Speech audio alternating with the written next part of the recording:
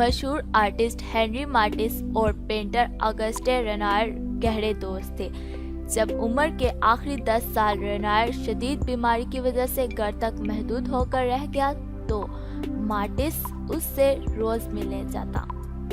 रेनायर, जो अपनी बीमारी और तकलीफ के बायस तकरीबन मफलूज हो चुका था, फिर भी पेंटिंग्स बनाता रहा।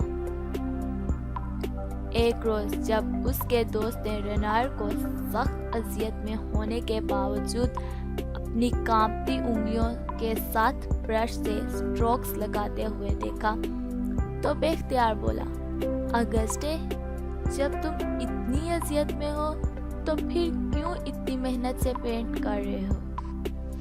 अगस्टे ने जवाब दिया, मेरे दोस्त, खूबसूरती कायम रहती है, दर्द का क्या है, गुजर जाता है।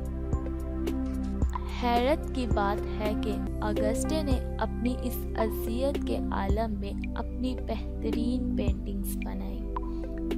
वो और उसका दर्द गुजर गया, लेकिन उसकी खूबसूरत पेंटिंग्स आज भी कायम है और उस खूबसूरती की वजह से आज भी अगस्टे जिंदा है।